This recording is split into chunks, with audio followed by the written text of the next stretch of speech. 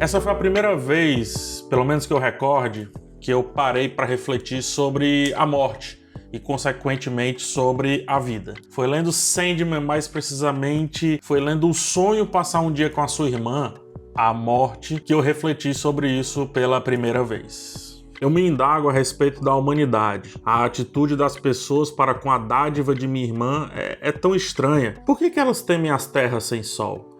É tão natural morrer quanto nascer, mas todos têm medo dela, angustiam-se, inutilmente tentam aplacá-la. Eles não a amam. Sandman então começa a recitar um poema que ouviu. Ele diz que ouviu esse poema há milhares de anos. E no meio desse poema tem o seguinte trecho que eu nunca esqueço. Hoje a morte está diante de mim como o curso de um riacho, como um homem que torna a casa depois da batalha no mar. E segue cheio de comparações aqui nesse livro. Esse vídeo contém spoilers do 6º episódio da primeira temporada de Sandman e do arco Prelúdio e Noturnos dos quadrinhos.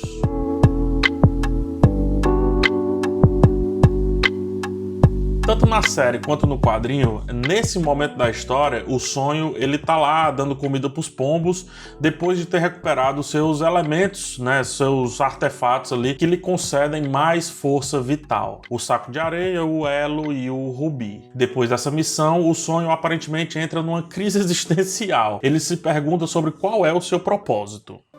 When they captured me, I just had one thought. Vengeance. It wasn't as satisfying as I'd expected. My tools long since stolen and scattered. And so I embarked upon a journey to find them. Which I did. I was so sure that once I got everything back, I'd feel good. But in some ways I feel worse than when I started. I feel like nothing. Esse questionamento do sonho é muito complexo, né? Tipo, como assim ele tá questionando sobre ter propósito? A gente tá falando de algo que tem uma vida perpétua. E se você não sabe o propósito de uma vida perpétua, de algo que vai te acompanhar para sempre, aí lascou foi tudo, né? A pergunta, a meu ver, se torna mais complexa ainda quando a gente traz para nós, humanos. Por mais que a nossa vida não seja perpétua, nossa vida ela vai nos acompanhar por toda a nossa existência.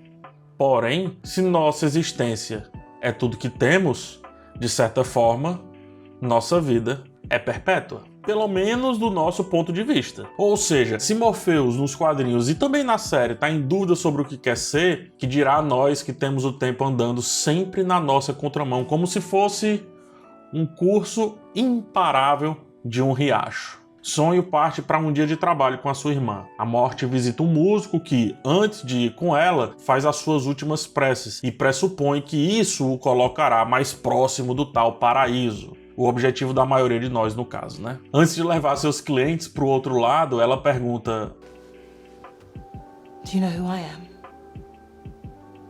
As pessoas, elas não dizem, mas parecem sempre saber. Elas sabem porque a morte chegou. Se não sabemos, é porque ainda não é tempo de morrer. Ou seja, só conhece a morte quem morre. E no exato momento que conhecemos a morte, não adianta mais nada. No quadrinho tem um momento que não tem na série. A morte encontra um comediante, aparentemente frustrado, que diz: por que eu não tive mais algumas porcarias de anos? Eu teria chegado ao topo. De que adianta, justamente quando a morte chega, pensar assim? De que adianta pensar que poderia ser diferente no fim? Ou melhor, de que serve esse sentimento no geral? É logo depois desse momento com o comediante que vem o trecho que eu comecei esse episódio, esse vídeo aqui no caso. O comediante julga que a morte é um pesadelo. E isso provavelmente faz o sonho pensar sobre como o seu trabalho é muito mais cruel do que o trabalho da sua irmã. A morte propriamente dita. E eu penso que tememos a morte porque a gente, na verdade, não entende muito bem a vida. Mas também, né? Para que tão complexa? Para que tanta gente falando ao mesmo tempo? E sim, é normal acharmos que sonhos são mais brandos do que o nosso fim. Afinal, sempre que sonhamos, temos um novo acordar.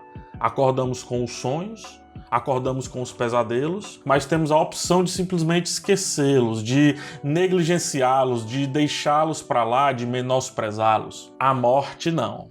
Essa não dá para menosprezar. A morte é taxativa. Você acredita no que acreditar, ela é fim. Até os que acreditam que voltamos, ainda assim, pelo que me consta, a gente não volta exatamente igual. Os que acreditam no paraíso, tem sempre aquela questão: e se não deixarem você entrar?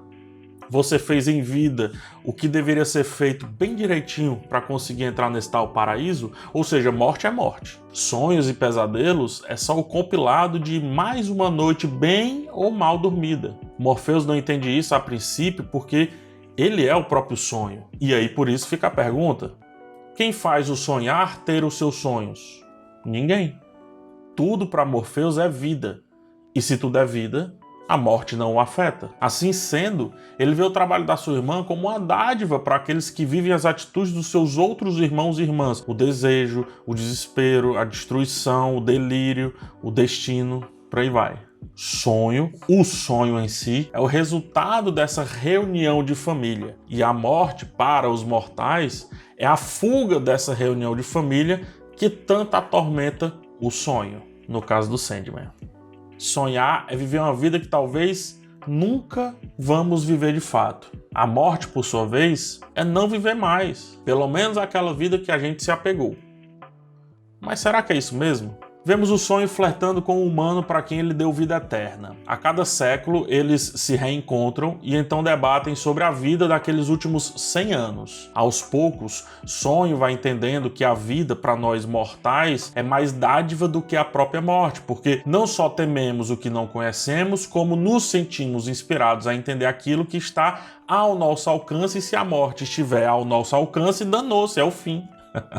Se entendermos a morte, é porque morremos, né? Mas se entendermos a vida, é só inverter. É porque vivemos. Nesse mesmo trecho, o sonho conhece Shakespeare e o torna eterno, só que de outra maneira. Ele o torna eterno através dos seus feitos, o que nos faz refletir sobre a real finitude que a morte parece sugerir. Afinal, Shakespeare, ao que me consta, está mais vivo do que nunca. No quadrinho e na série, o músico, o primeiro que ela visita ali, pergunta para a morte: eu tô morto? E agora? E aí ela responde: agora é que você descobre a resposta. Vocês sabem, eu gosto muito de inverter as coisas para a gente entender o cerne das questões. A gente vem do nada, tá? E importante, o nada com N maiúsculo existe aqui nesse universo do Sandman.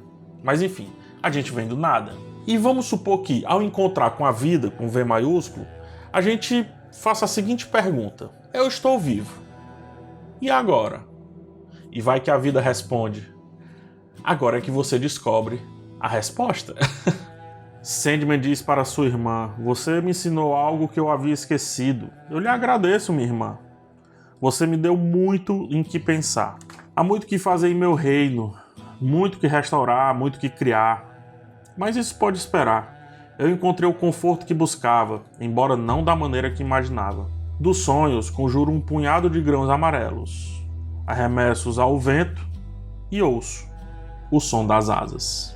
O som das asas, capa do livro inclusive, pelo menos a meu ver, é a realização, É a própria vida. Para cada pessoa que a morte levava, isso a série mostra também, ao final, Sonho escutava um bater de asas que não compreendia muito bem. E agora, ao achar a sua missão, que é cuidar do sonhar da humanidade, ele ouve outro bater de asas, só que vindo dos pombos ali que ele afetou com a areia.